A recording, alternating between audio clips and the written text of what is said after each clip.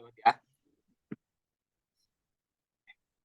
Halo guys, perkenalkan kami dari kelompok 6. Seperti kata pepatah, Vivamus Moria Indum Est, yang berarti mari kita hidup kan kita harus mati. Itu berarti bahwasanya hidup itu cuma sekali. Maka mari kita menikmati hidup kita dan mencari arti kehidupan seperti apa yang kita inginkan. Berikan yang terbaik dan jangan sampai pernah menyesal atas apa perbuatan yang kita lakukan. Oleh karena itu, kami dari kelompok 6 akan mempersembahkan kepada kalian laporan bisnis plan dan studi kelayakan bisnis pada UMKM Balok Warung Mang Salam. Next.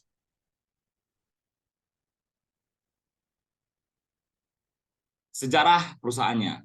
Kue Balok Mang Salam merupakan sebuah usaha di bidang kuliner atau pangan yang didirikan oleh pemiliknya, yaitu bernama Salam Rizwan, atau yang akrab disapa dengan nama Mang Salam.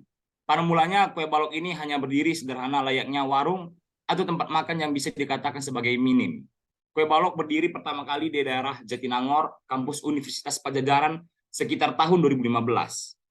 Kue balok dibuat oleh pemiliknya sebagai makanan ringan atau cemilan untuk para mahasiswa-mahasiswi Universitas Padjadjaran.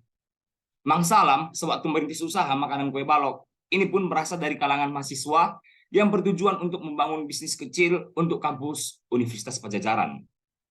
Beliau berjualan di sekitar kantin Universitas Padjadjaran sebelum berpindah ke wilayah luar Jalan Jatinangor.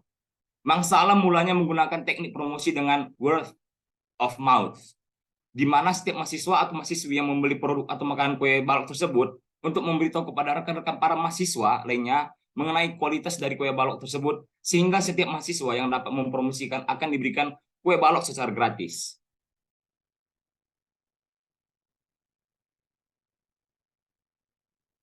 Profil UMKM kue balok Mang Salam.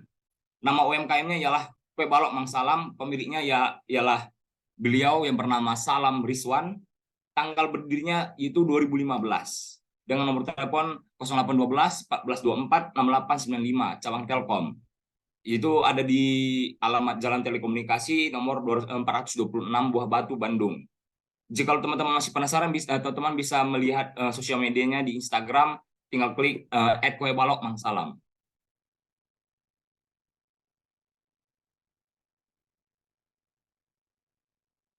Logo dan makna logo. Pada kue balok Mang Salam terdapat logo yang didesain sendiri oleh Mang Salam sebagai pemilik atau owner dari kue balok tersebut. Berikut logo yang dilampirkan pada pada logo tersebut memiliki makna sebagai berikut. Yang pertama, warna hijau. Diambil berdasarkan warna pada dasar kue balok yang berada di lapisan paling terbawah. Kata Parayangan memiliki makna bahwa makanan tersebut berasal dari asli kota Bandung. Dan yang ketiga, gambar kendaraan memiliki makna bahwa kue balok dapat mengantarkan konsumen mengingat kembali kota Bandung di masa lampau.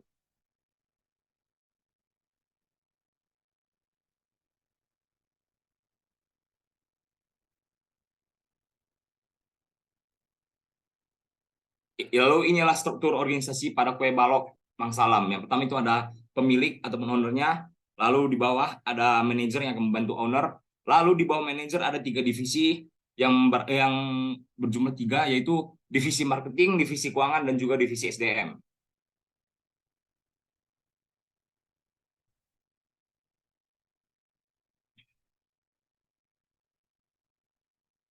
Oke, next.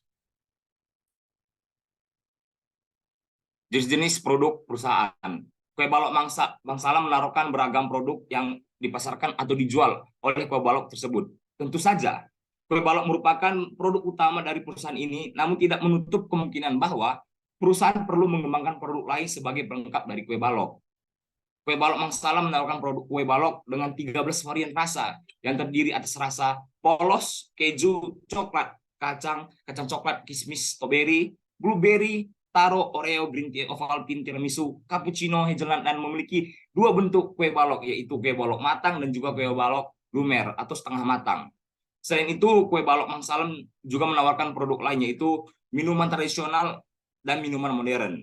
Minuman tradisional disajikan berupa seperti wedang, asam jahe, teh kayu, dan teh lemon, kopi jahe.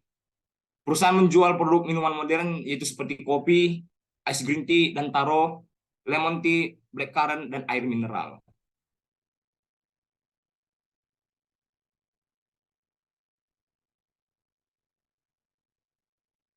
Eh,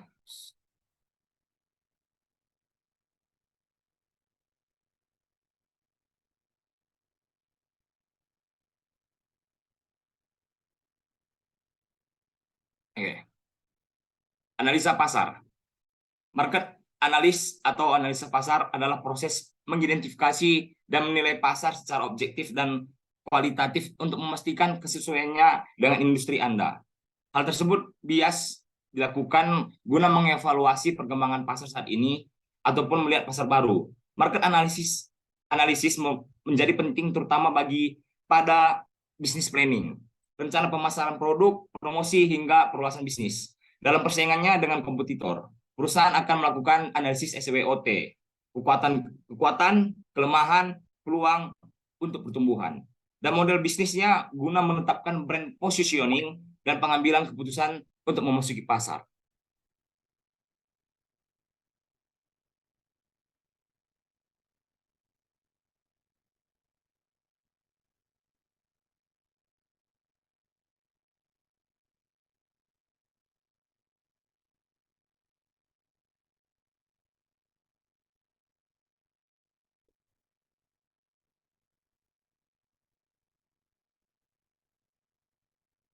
Oke, yang pertama yaitu analisis pasar. Analisis pasar sangat penting terutama bagi pemasar yang keputusannya dipengaruhi oleh konsep pemasaran yang efisien atau dapat diterima calon pelanggan. Pertama, ada permintaan dan kebutuhan. Permintaan atas produk kue balok di daerah Telkom University, Bojong Soang tidak tinggi. Namun, dapat dikatakan bahwa permintaan dan kebutuhan untuk jajanan atau snack di daerah Telkom cukup besar. Yang kedua itu ada penawaran. Harga dari kue balok tersebut termasuk terjangkau, terutama untuk kantong mahasiswa, yaitu sebesar 3.000 hingga 5.000 per kue balok. Kualitas dari kue balok yang disajikan sebanding dengan harga yang diberikan oleh warung Mangsalam. Yang ketiga, ada waktu yang tepat. Warung Mangsalam mulai beroperasi pada pukul 3 hingga pukul 10 malam. Waktu ini dapat dikatakan tepat karena di waktu tersebut rata-rata orang sudah selesai kuliah, sekolah, bekerja, dan lain-lain. Terutama pada saat malam hari, biasanya kebanyakan orang ingin makan makanan ringan sambil berbincang dengan teman ataupun kerabat.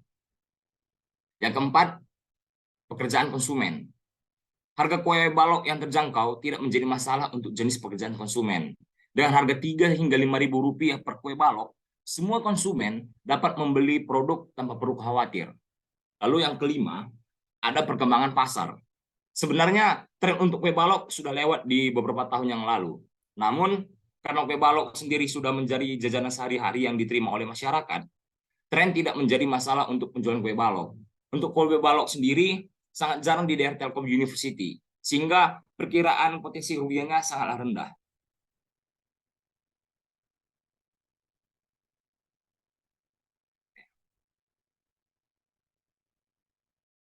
Analisis SWOT dan PESTEL. Analisis SWOT adalah metode untuk mengevaluasi kekuatan strength, kelemahan weakness, peluang opportunity, dan ancaman threat suatu perusahaan. Analisis ini berguna untuk menentukan strategi dan arah perusahaan pada masa depan serta melakukan perencanaan strategis sebelum menjalankan aktivitas bisnis. Yang pertama, strength-nya. Terdapat resep rahasia yang membedakan rasa dari kue balok lainnya. Yang keduanya menggunakan teknik penyajian menggunakan arang agar tidak menghilangkan rasa khasnya. Menawarkan banyak varian rasa, bentuk kue matang dan lumer, dan juga menawarkan produk lain yaitu minuman modern dan tradisional yang membedakan warung Mangsalam dengan pesaing. Weakness-nya. Keterbatasan strategi pemasaran yang membuat kurangnya kesadaran merek di pasar. Keterbatasan sumber daya manusia untuk melakukan promosi. Yang ketiganya opportunity. Target pasar yang luas karena banyaknya peminat kue balok. Promosinya bisa dilakukan dengan mudah dan bisa menjangkau pasar lebih luas lagi dengan menjual produknya secara online. Threats, ancaman. Banyaknya kompetitor. Yang keduanya perubahan selera konsumen. Yang ketiganya ada promosi yang kurang. Next.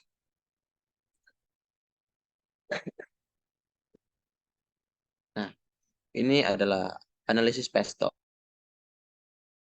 adalah yang memungkinkan organisasi untuk menemukan dan mengevaluasi faktor-faktor yang dapat mempengaruhi bisnis di masa sekarang dan di masa depan. PESA adalah singkatan dari Political, Economic, Social, Teknologi, Legal, dan Environment. Political. Yang pertama, kebijakan pemerintah terkait pajak, perizinan, dan regulasi dapat mempengaruhi operasional warung masalah. Kestabilan politik dan keamanan nasional juga berdampak pada kepercayaan konsumen dan iklim investasi di sektor UMKM. Ekonomi. Kondisi ekonomi nasional seperti pertumbuhan ekonomi, tingkat inflasi, dan tingkat pengangguran akan mempengaruhi daya beli konsumen. Fluktuasi harga bahan baku seperti beras, minyak, atau rempah dapat mempengaruhi biaya produksi dan harga jual produk di warung masalah. 3. Sosial. Perubahan tren gaya hidup dan preferensi konsumen terhadap makanan sehat, makanan cepat saji, atau makanan organik dapat mempengaruhi permintaan produk warung masalah. Perubahan demografi seperti pertumbuhan penduduk, imigrasi, atau perubahan struktur keluarga juga dapat mempengaruhi permintaan dan preferensi konsumen. Yang keempat ada teknologi, pemasaran digital. Pengguna media sosial dan platform online seperti Instagram dapat membantu dalam memasarkan produk dan mencapai audiens yang lebih luas. Yang keduanya ada teknologi produksi, perkembangan teknologi dalam proses produksi kue balok bisa meningkatkan efisiensi dan kualitas produk. Yang kelima, lingkungan. Kue balok warung masalah harus memperhatikan isu-isu keberlanjutan termasuk manajemen limbah dan penggunaan bahan-bahan ramah lingkungan. Dampak lingkungannya bisa perusahaan harus menghadapi potensi dampak lingkungan dari operasinya, terutama dalam penggunaan bahan-bahan dan energi. Ekonomi ada hukum, regulasi makanan. Perusahaan harus mematuhi peraturan pemerintah yang berkaitan dengan keamanan makanan dan label produk. Hak kekayaan intelektual, melindungi merek dan resep kue balok dari pelanggaran hak kekayaan intelektual. Next.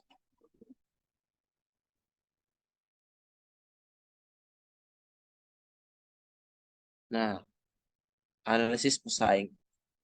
Wisata kuliner menjadi salah satu buruan para wisatawan di Kota Bandung. Maraknya kue bolu dalam berbagai bentuk rasa, kemasan, dan merek menjadikan kuliner yang tersedia begitu variatif. Salah satu kue yang tengah laris di pasaran saat ini adalah kue balok, di mana kue ini memiliki tekstur kue yang sangat empuk dan juga dengan cita rasanya yang manis dan nikmat. Melihat tingginya permintaan masyarakat akan sajian kue balok ini sehingga membuat peluang usaha kue balok cukup menguntungkan bila dijalankan. Nah,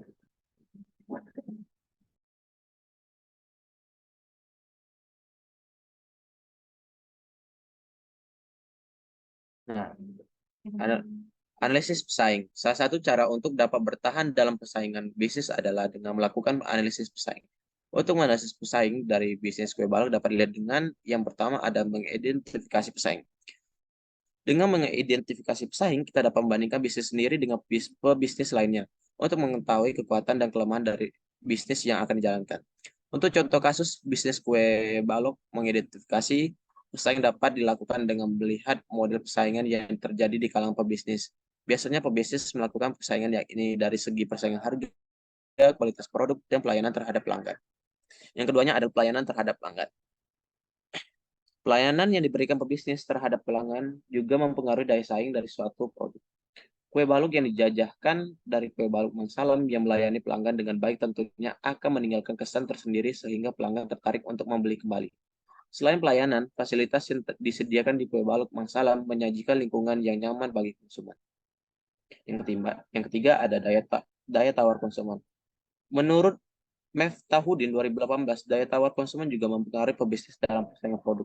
Salah satu faktor yang mempengaruhi daya tawar konsumen akan kue balok Mang Salam tentunya produk berkualitas tinggi, pelayanan yang lebih baik, dan tentunya dengan harga yang lebih terjangkau.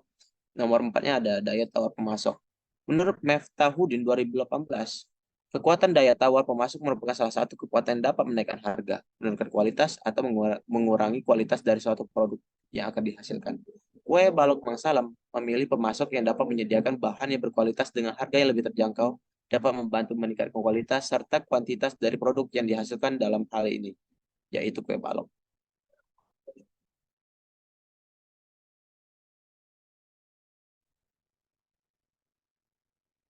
Yang nomor kelima ada potensi masuknya pesaing baru. Munculnya pesaing baru pada satu lingkup bisnis yang sama juga merupakan satu ancaman bagi pebisnis. Dikarenakan pesaing baru yang muncul tentunya akan memiliki inovasi yang nantinya akan menggeser pebisnis lain di bidang bisnis yang sama. Untuk itu perlunya melakukan inovasi inovasi untuk dapat bertahan dalam persaingan serta pemanfaatan Instagram untuk meningkatkan branding kue balok masalah.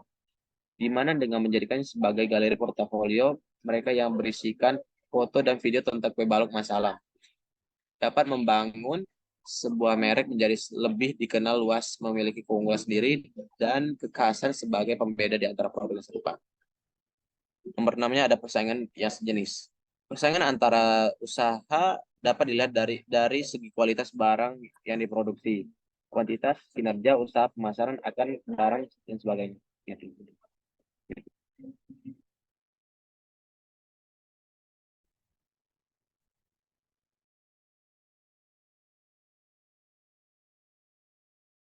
Analisis resiko. Definisi resiko menurut Kamus Besar Bahasa Indonesia KBBI adalah akibat yang kurang menyenangkan, merugikan, membahayakan dari suatu perbuatan atau tindakan.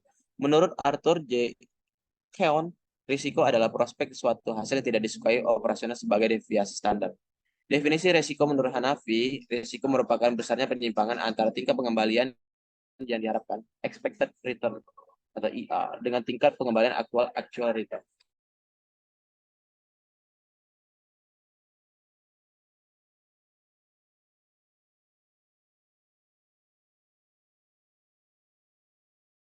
Mana? Udah. Analisis risiko. Analisis risiko pada UMKM adalah kunci penting dalam hal berbisnis. Buruknya manajemen risiko membuat UMKM gagal di 3 tahun pertama.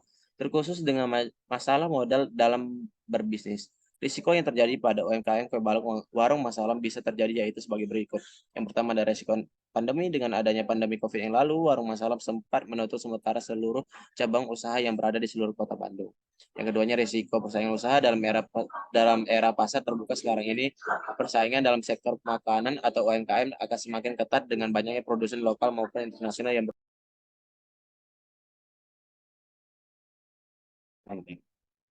Yang tiganya, risiko keuangan dalam menjalankan kegiatan bisnis UMKM warung masalah juga menghadapi risiko keuangan yang timbul sebagai akibat perubahan harga bahan baku, anggaran pembiayaan, serta likuiditas. Yang keempatnya, risiko sumber daya manusia. Keberlangsungan perkembangan UMKM tidak lepas dari kualitas sumber daya manusia yang dimiliki. Risiko akan tingkat pergantian karyawan, keluarnya karyawan-karyawan yang berpotensi permasalahan dalam perekrutan maupun hal lain akan berpengaruh dalam kebutuhan dan ketersediaan tenaga kerja yang berkualitas. Oke. Oke, kita masuk ke analisis risiko. Yang kelima, risiko interupsi bisnis. Dalam menjalankan bisnisnya warung masalah, harus selalu siap untuk menghadapi dan mengatasi risiko yang bersifat perubahan terpasar, yang dapat berdampak pada penjualan dan perubahan perilaku konsumen. Yang keenam, risiko regulasi dan hukum. Perubahan hukum dan regulasi daerah yang harus diikuti oleh UMKM warung masalah perlu diperhatikan untuk menjalani bisnis. Saat ini Indonesia akan mengalami perubahan masa kepemimpinan baik pusat maupun daerah. Tentunya dengan adanya perubahan ini, warung masalah harus tetap mengikuti perubahan yang ada baik dalam segi kebijakan dan hal lainnya. Analisis investasi modal awal. Yang pertama, analisis pertama, secara harfiah, metode analisis investasi berkaitan dengan kegiatan riset dan mengevaluasi sekuritas. Analisis investasi bertujuan untuk memprediksi kinerja suatu saham industri di masa depan. Tujuan dari analisis investasi adalah untuk menentukan kemungkinan kinerja suatu investasi. Terdapat beberapa faktor yang perlu diperhatikan dalam analisis investasi. Analisis kedua, UMKM Kuah Balok, warung Mangsalam menggunakan modal awal dari modal sendiri. Modal itu tersebut diperoleh dari tabungan, dana cadangan, atau mempergunakan aset yang tidak produktif. Modal awal didapatkan dari tabungan pemilik dan teman-teman serta dari orang-orang tua. Berikut rincian dari modal awal kue balok warung Mangsalam.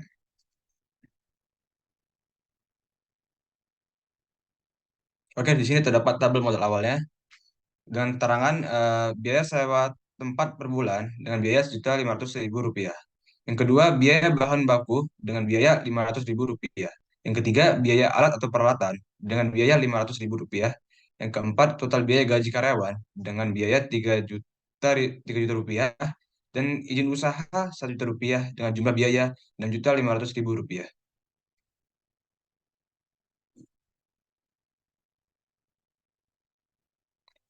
Oke, di sini ada analisis penjualan plus forecasting demand. Forecasting penjualan adalah proses atau cara yang dilakukan oleh perusahaan untuk memperkirakan pendapatan dalam beberapa waktu ke depan dengan memprediksi jumlah produk yang terjual. Kegiatan ini umumnya sangat membantu sebuah perusahaan dan ternilai sangat efektif dan efisien karena mengangkat informasi untuk menentukan aktivitas sebuah perusahaan. UMKM Kue Balok Warung Mangsalam Daerah Telkom University berdiri di tahun 2019, namun mengalami penurunan pada tahun 2020 hingga 2021 dikarenakan pandemi yang cukup lama. Berikut penjualan yang dilakukan oleh Warung Mangsalam.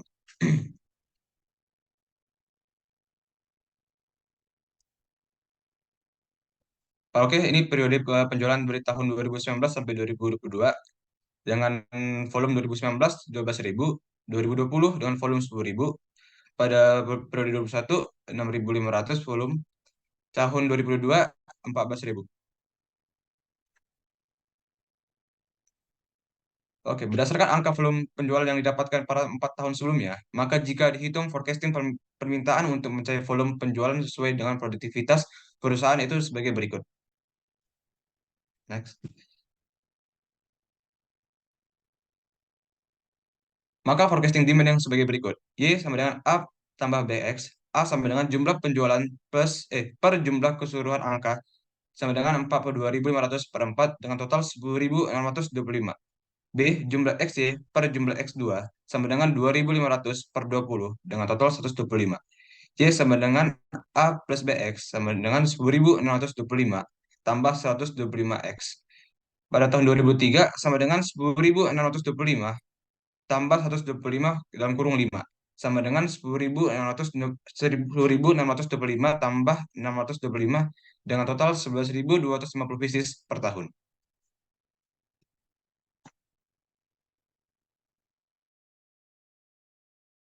Selanjutnya, analisis biaya. Biaya produksi merupakan biaya yang dikeluarkan oleh perusahaan selama proses manufacturing atau pengelolaan dengan tujuan menghasilkan produk yang siap dipasarkan. Perhitungan biaya produksi ini akan dilakukan mulai dari awal pengolahan hingga barang jadi atau setengah jadi. Dalam biaya produksi terdapat cakupan tiga hal, yaitu bahan baku, tenaga kerja langsung, dan overhead pabrik. Biaya ini nantinya akan menimbulkan terbentuknya harga pokok barang jadi saat akhir periode akuntansi. Selanjutnya, selanjutnya total variable cost. Dalam melakukan bisnisnya, Warung Mangsalam menggunakan beberapa variable cost atau biaya variabel yang digunakan dalam membuat produk yang akan dijualkan, di mana dalam satu bulan Warung Mangsalam memproduksi sebanyak 1.000 pieces kue balok. Berikut variable cost yang digunakan.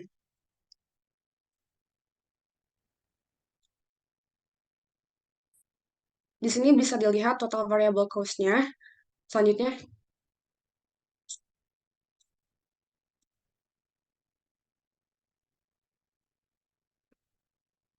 iya lanjut lagi. Eh, Selanjutnya total fixed cost dalam biaya tetap yang digunakan dalam UMKM Warung Mangsalam dapat diketahui yang digunakan dalam satu bulan, yaitu sebagai berikut. Biaya sewa tempatnya Rp1.500.000 dan juga biaya peralatan 1 juta, biaya perlengkapan 750.000, biaya gaji karyawan 1.200.000 dikali 6 orang, dan keseluruhan jumlahnya adalah 10.450.000.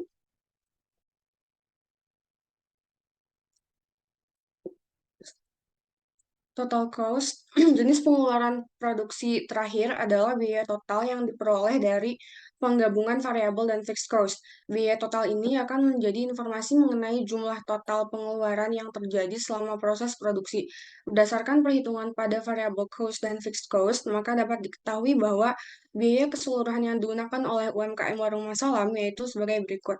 Total fixed cost yang mana 10.450.000 ditambah total variable cost yang mana 1.500.000 yang hasilnya adalah 11.950.000.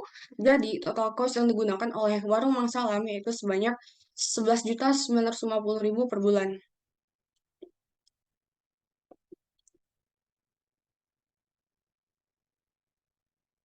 Ya, lanjut. Biaya Selanjutnya biaya average cost. Average cost merupakan biaya per unit yang akan didapatkan dengan cara membagi total pengeluaran dengan jumlah output produksi. Biaya rata-rata ini dibutuhkan oleh perusahaan untuk menentukan keputusan produksi ke depannya. Biaya produksi per unit akan diketahui dengan cara memperhitungkan average cost ini. Selanjutnya, perusahaan bisa menentukan persentase laba yang ingin dicapai dari biaya rata-rata tersebut. Average cost akan dibandingkan dengan biaya tetap saat mengambil keputusan produksi. Pada UMKM warung masalam, biaya rata-rata yang didapatkan yaitu average cost sama dengan total cost dibagi total unit. Total cost-nya 11.950.000 dibagi total unitnya 1.000 yang menghasilkan average cost-nya 11.950 rupiah.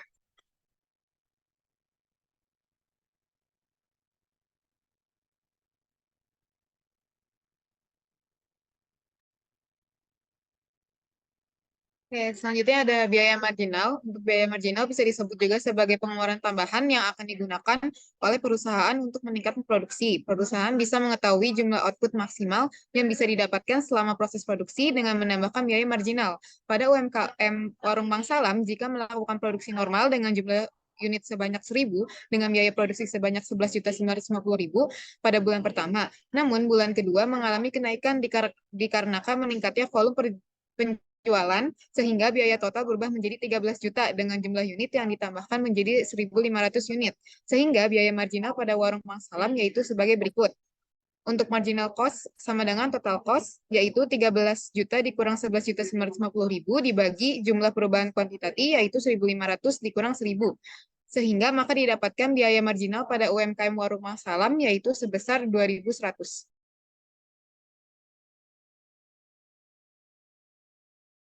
Kemudian selanjutnya ada analisa modal kerja. Modal kerja adalah dana yang dibutuhkan untuk operasi perusahaan sehari-hari yang meliputi kebutuhan dana yang tertanam dalam harta lancar dalam bentuk piutang usaha, persediaan, bahan baku dalam proses, barang jadi, dan sejumlah kas minimum yang dibutuhkan untuk berjaga-jaga atau transaksi. Dalam UMKM Warung Mang Salam dapat diketahui untuk modal kerja yang dibutuhkan dalam setiap tahunnya dimulai pada tahun 2020 sampai 2022 adalah sebagai berikut. Oke, pada tahun 2020, aktiva lancar sebesar 126.600.000, hutang lancar sebesar 75.600.000, dan modal kerja 51 juta. Kemudian pada tahun 2021, aktiva lancar sebesar 100.560.000, hutang lancar sebesar 66.750.000, dan modal kerja sebesar 33.810.000. Dan pada tahun 2022, aktiva lancar sebesar 135.890.000, hutang lancar sebesar 78.754.200.000, dan modal kerja sebesar Rp57.135.800.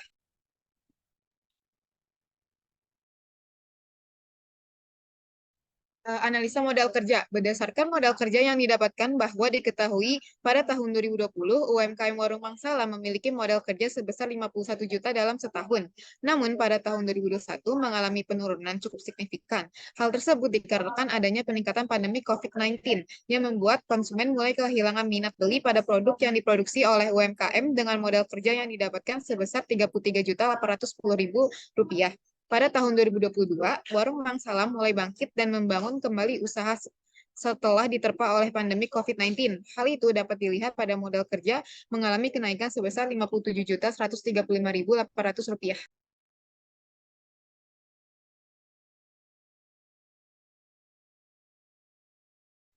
Selanjutnya adalah laporan laba rugi dan analisis sensitivitas. Laporan laba rugi atau income statement atau profit and loss statement adalah bagian dari laporan keuangan suatu perusahaan yang dihasilkan pada suatu periode akuntansi yang menjabarkan unsur-unsur pendapatan dan beban perusahaan, sehingga menghasilkan suatu laba atau rugi bersih. Selain itu, laporan laba rugi juga bermanfaat untuk hal bisnis lainnya, seperti bahan evaluasi pihak manajemen badan usaha dalam hal menentukan strategi bisnis ke depannya. Komparasi dengan laporan sebelumnya hingga mengetahui total pajak pada periode selanjutnya.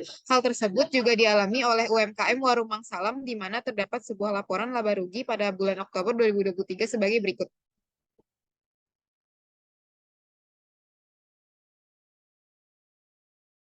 Berikut merupakan laporan laba rugi dan analisis sensitivitas Warung Mang Salam per 31 Desember 2022. Di next. Berdasarkan hasil dari laporan laba rugi tersebut, maka didapatkan analisis sensitivitas sebagai berikut.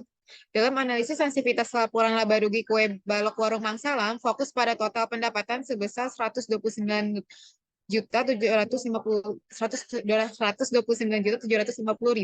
merupakan pendekatan yang baik karena ini mencerminkan bagaimana perubahan dalam pendapatan dapat mempengaruhi laba bersih perusahaan.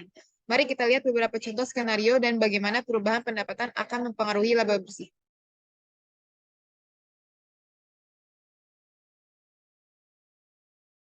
Yang pertama ada skenario peningkatan penjualan pada besar 2,5% dan 5%. Jika penjualan meningkat sebesar 2,5% dari 129.750.000, maka menjadi 132.993.750 rupiah. Jika penjualan meningkat sebesar 5%, maka menjadi 142.725.000 rupiah. Dalam kasus ini, laba bersih akan meningkat seiring dengan peningkatan pendapatan karena biaya-biaya tetap sama. Namun, biaya variabel seperti HPP mungkin juga meningkat tergantung pada skala produksi yang diperlukan untuk memenuhi permintaan tambahan. Dan untuk keputusan strategi sendiri, perusahaan dapat meningkatkan kapasitas produksi untuk memenuhi permintaan tambahan atau memperluas pasar target. Pengelola persediaan dan produksi harus dioptimalkan untuk menghindari peningkatan biaya variabel yang signifikan. Baik, selanjutnya mengenai laporan laba rugi dan analisis sensitivitas pada skenario penurunan penjualan dengan rasio penurunannya yaitu sekitar 5%.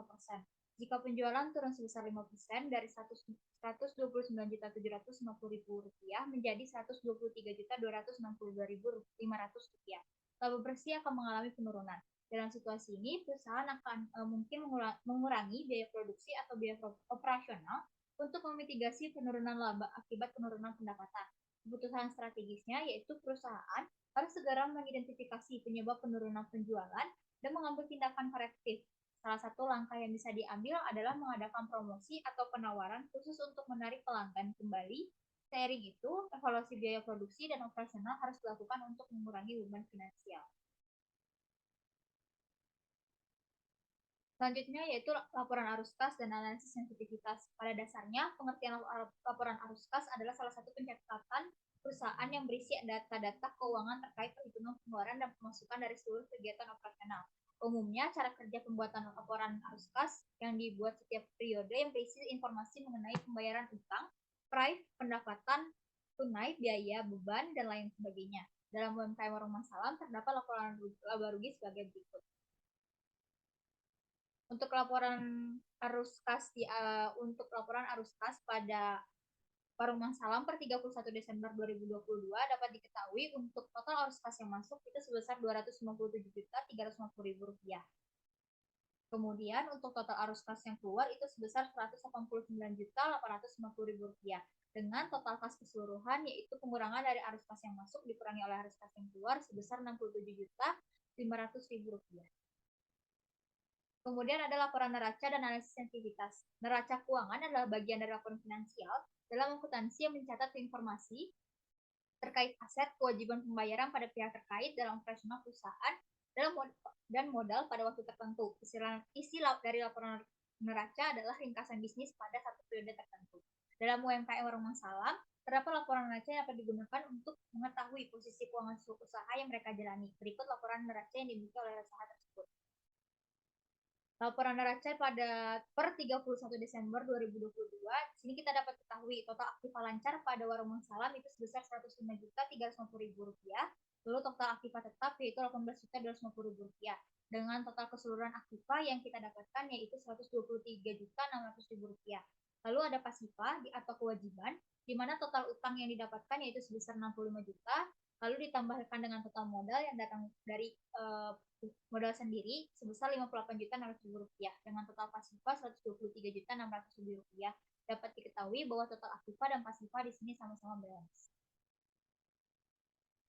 Lalu analisis rasio keuangan, di sini ada rasio likuiditas. Rasio likuiditas di sini ada current ratio dan quick ratio.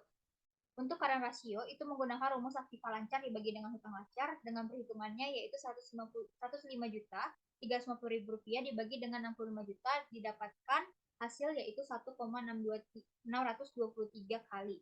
yang menunjukkan bahwa perusahaan memiliki aset lancar yang cukup untuk membayar kewajiban jangka pendek mereka. Biasanya karena rasio di atas 1 adalah indikasi positif dalam hal likuiditas. Ini menunjukkan bahwa perusahaan memiliki kemampuan untuk memenuhi kewajiban jangka pendek dengan aset yang dimiliki. Lalu ada quick ratio. Quick ratio ini menggunakan rumus yaitu aktiva lancar dikurangi persediaan dibagi dengan hutang lancar. Dengan angka yaitu 105.350.000 rupiah dikurangi 9 juta dibagi dengan 65 juta rupiah. Dengan hasil rasionya yaitu 1,48. Menunjukkan bahwa perusahaan memiliki aset yang sangat likuid yang cukup untuk membayar utang lancar mereka. Biasanya quick ratio di atas 1 indikasi positifnya adalah indikasi positif dalam hal likuiditas. Ini menunjukkan bahwa perusahaan memiliki kemampuan untuk memenuhi kewajiban jangka pendek tanpa mengandalkan persediaan.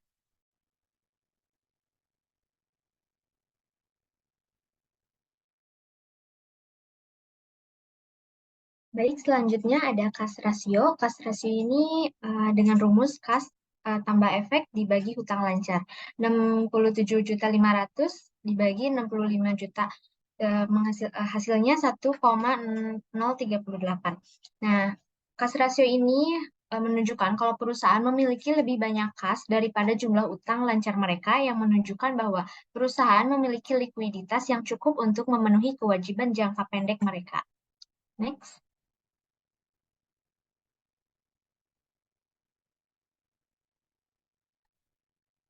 Nah, selanjutnya ada rasio solvabilitas. Yang pertama ada rasio solvabilitas ini dengan total aset dibagi total utang 123.600 juta dibagi 65 juta menghasilkan 1,915. Hal ini menunjukkan bahwa perusahaan memiliki aset yang cukup untuk membayar kewajiban jangka panjangnya. Yang kedua ada debt to equity dengan total hutang dibagi ekuitas dikali 100%. Nah, ini menghasilkan 1,110. Hal ini menunjukkan bahwa perusahaan ini memiliki lebih banyak utang atau kewajiban dibandingkan dengan modal atau ekuitas yang dimiliki oleh pemilik atau pemegang saham. Dalam hal ini, untuk setiap rupiah modal yang memiliki oleh pemilik terdapat sekitar 1.110 rupiah utang yang harus dibayar.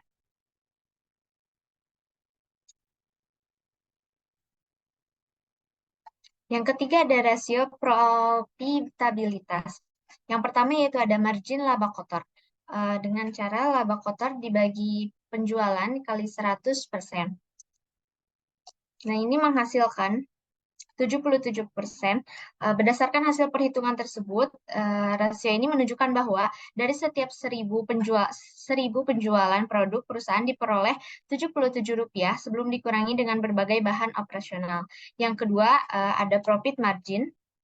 Dengan cara total penjualan dikurangi HPP dibagi total penjualan. Menghasilkan 0,76. Nah, indikasi hasilnya ini di mana perusahaan menghasilkan keuntungan sebagai persentase dari penjualan mereka. Semakin tinggi profitnya, semakin efisien juga perusahaan dalam menghasilkan laba bersih dari pendapatan yang diterima. Dalam kasus ini tuh sekitar 7,6% dari pendapatan berubah menjadi laba bersih.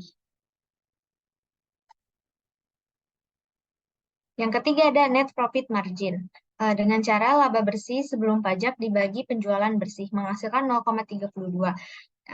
Di mana perusahaan ini menghasilkan laba bersih yang efisien sebagai persentase dari pendapatan mereka.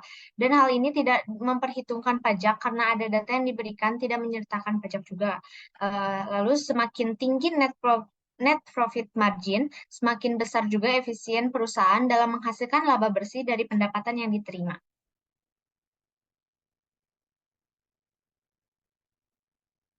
Lalu selanjutnya ada rasio aktivitas. Yang pertama ada margin laba kotor dengan cara pendapatan dibagi total aset dan menghasilkan 1,05. Nah, berdasarkan hasil perhitungan tersebut, diketahui bahwa tingkat pemanfaatan aset perusahaan untuk memperoleh pendapatan itu sebanyak 1,05 kali dalam setahun. Hal ini berarti bahwa aset perusahaan sebesar 123.600 juta ini dapat digunakan untuk menghasilkan pendapatan sebanyak 129.750. Dengan yang kedua yaitu ada total aset turnover. Dengan cara penjualan dibagi total aset dan menghasilkan 1,36. Nah, dari hasil pengukuran ini mengukur efisiensi perusahaan dalam menggunakan asetnya untuk menghasilkan pendapatannya. Semakin tinggi nilai total aset turnover-nya, semakin efisien perusahaan dalam menghasilkan pendapatan dari aset yang dimiliki.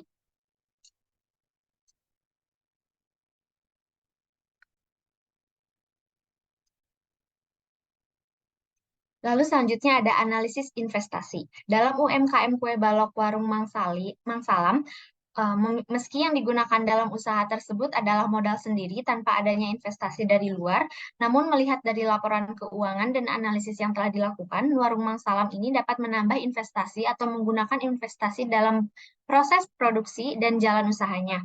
Hal tersebut dapat diketahui dalam rasio keuangan yang telah dianalisis bahwa rata-rata hasil yang didapatkan masih dalam ukuran kecil.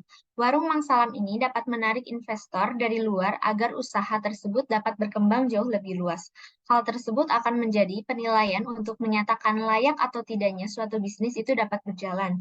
Meski dalam ukuran skala kecil dan umur usaha yang masih terbilang dini, namun tidak ada salahnya jika UMKM berani mengambil resiko dengan menggunakan investasi dalam menjalankan usahanya.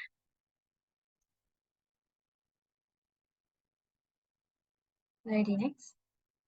Nah, yang terakhir ada kesimpulan dari materi presentasi hari ini. Berdasarkan hasil yang telah dilakukan dalam observasi ini, maka dapat disimpulkan bahwa yang pertama dalam analisis pasar, SWOT, dan PESTEL, analisis pesaing, analisis risiko, dapat disimpulkan bahwa UMKM ini masih dalam tahap pengembangan lebih lanjut dalam menjangkau konsumennya. Warung Mangsalam ini masih mempertahankan kondisi sektor ekonomi saat ini, sehingga dari segi harga, pelayanan, dan bentuk makanan yang masih terbilang sederhana, namun tetap sesuai dengan kebutuhan konsumen. Yang kedua, dalam analisis modal awal, analisis penjualan dan forecasting, analisis biaya dan analisis modal kerja, dapat ditarik kesimpulan bahwa UMKM Warung Mangsalam masih memiliki biaya yang tidak terlalu tinggi dengan jumlah produksi yang masih dibatasi dalam setiap bulannya. Hal ini terjadi dikarenakan Warung Mangsalam masih berdiri dalam jangka waktu pendek, sehingga usaha tersebut masih terus perlu berkembang setiap tahun ke tahunnya.